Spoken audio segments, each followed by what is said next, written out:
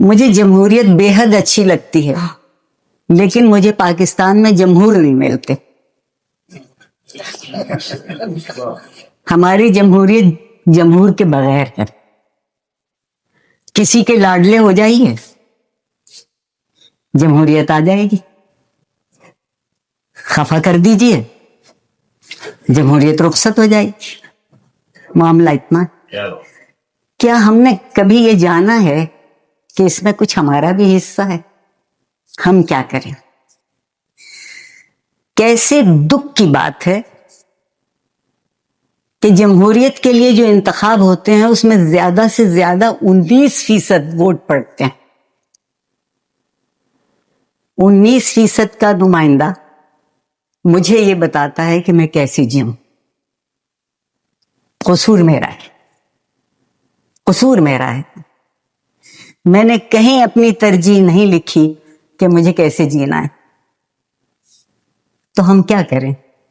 اپنا حق پہچان لیں، خود کو جان لیں. کبھی کبھی اپنے آپ سے ملاقات اچھی رہتی ہے، لیکن ہمارا دستور یہ ہے کہ ہم دوسروں سے ملتے ہیں اور پھر مجھے لوگ ایک لفظ بتاتے ہیں انگریزی کا، جسے سن کے اور پڑھ کے اور کہہ کے مجھے بہت مزہ آتا، کہ سٹیٹس اونچا ہو جاتا ہے.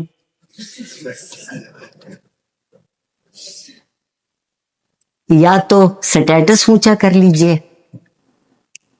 یا زندگی کی امنگیں اونچی کر لیجئے.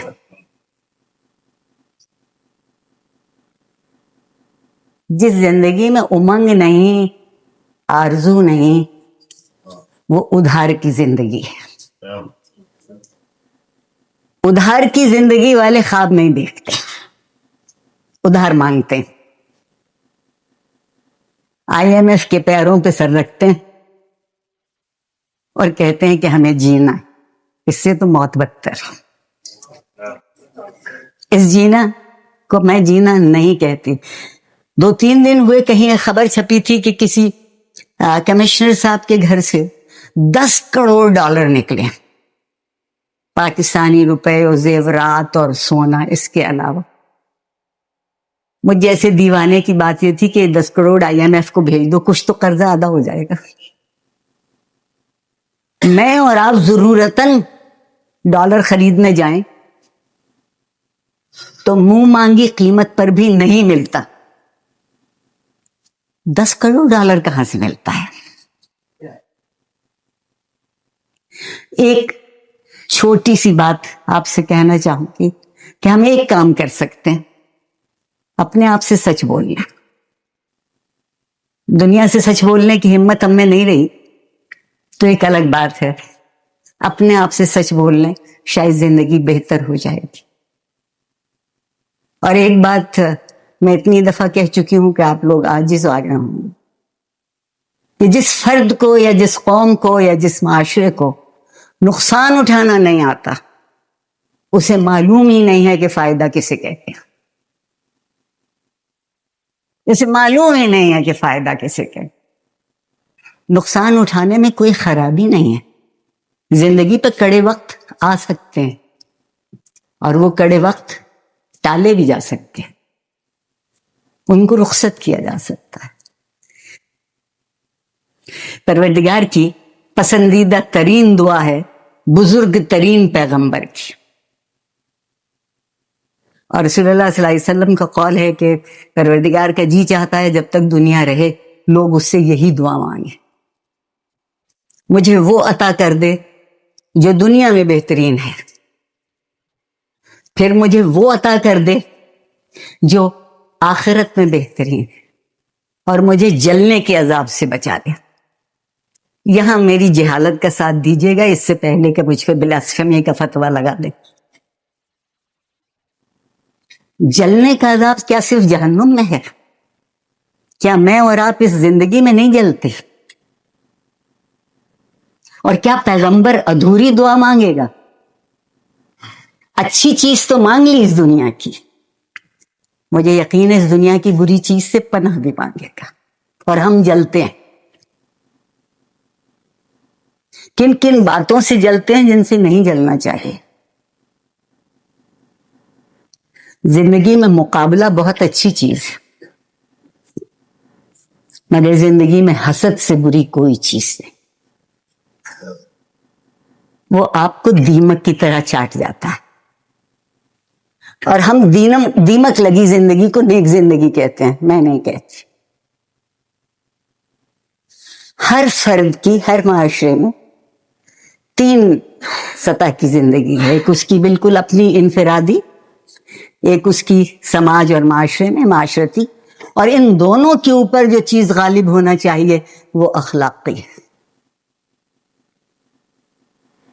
کسی بھی دین کو دیکھ لیجئے، کسی بھی مذہب کو دیکھ لیجئے، کسی فلسفے کی بات کر لیجئے، ان کی توقع ہم سے صرف یہ ہے کہ ہم اخلاقی طور پر جی سکیں. ہم نے دراصل ایک چیک لسٹ بنائی، فجر، ظہر، عصر، مغرب، عشاء. Thank you very much. اللہ نے آج کا کام پورا ہو. دین چیک لسٹ نہیں ہے. دین کو میرے اندر اس طرح ہونا چاہیے جیسے میں سانس لیتی ہوں، جیسے میرا دل دھڑکتا ہے، جیسے میری نبض کی رفتار ہوتی ہے. ہم نے کھانے بنا لیے، ہم کھانے بنانے کے بڑے زبردست ماہر، اور اس وقت ہم نے جو قیامت برپا کی ہے اس ملک میں، ٹکڑوں میں تقسیم کر دیا. پہلے ہم نے پاکستان کو تقسیم کیا مذہب کے نام پہ.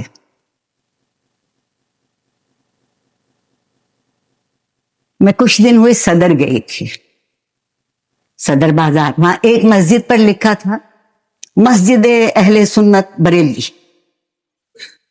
دوسری پر لکھا تھا مسجد اہل حدیث دیوبندی، تیسری پر بھی کچھ لکھا تھا. میں نے کہا واہ اللہ میاں، آپ بھی قبضہ گروپ میں آئے، قبضہ گروپ کی گرفت میں آپ بھی آ گئے. گھر آپ کا ہے، ناموں کی تختیاں دوسروں کی لگی ہیں. اللہ کے گھر پر کسی کے نام کی تختی ہونا چاہیے؟ جہاں گناہگار کو، قاتل کو، روح سیاہ کو پناہ ملتی ہو، وہ ہم نے اپنے قبضے میں کر لیے. نیکی کا یہ تصور مجھے بالکل نیک نہیں لگتا. جب ہم سے کوئی معمولی آدمی کہتا ہے نا کہ مجھے جی 200 روپے قرض دے دیں، تو کہتے ہیں بڑی مجبوری ہے، اس وقت ہے نہیں ہمارے پاس، نہیں دے سکتے. پھر شام کو پتہ چلتا ہے کہ افسر اعلیٰ کی سالگرہ ہے تو 25,000 موجود ہوتے ہیں. اور اگر آپ لوگ عید الاضحیٰ پہ قربانی کرتے ہیں تو جو ران صبح کو آپ کے گھر سے نکلی تھی شام کو دوبارہ آپ کے گھر واپس آ جاتی ہے. کیونکہ غریب کیا کرے گا ران کا گوشت کھا کے؟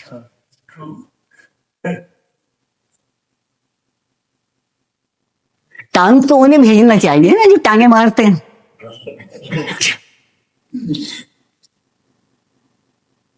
ہم خدا کے ساتھ ایمانداری نہیں کر پاتے. ہم سب سے پہلے یہ کریں کہ ایک دفعہ آئینہ دیکھ لیں ذرا غور سے. وہ جو کافروں کا ملک ہے نا امریکہ، اس کافر صدر نے اپنے کافر چیف جسٹس سے یہ کہا کہ وہ جو تمہارا فیصلہ کچھ دنوں میں آنے کو ہے تم اس کو ایسے نہیں ایسے لکھ دینا. اس نے انتہائی سنجیدگی سے جواب دیا کہ جو آپ کہہ رہے ہیں میں اس پر پورا تابع داری سے عمل کر دوں گا، لیکن پھر میں اس کے بعد اپنی داڑھی نہیں بنا سکوں گا. صدر نے پوچھا کہ میرے کام سے داڑھی بنانے کا کیا تعلق ہے؟ کہتا ہے اپنی شکل کیسے دیکھوں گا آئینے میں. ایک تصور ہے. میرے جیسا معمولی گناہگار آدمی زندگی بھر یہ خواہش کرتا ہے کہ میری آنکھ میرے سامنے نہ جھکے، زمانے کی خیر ہے.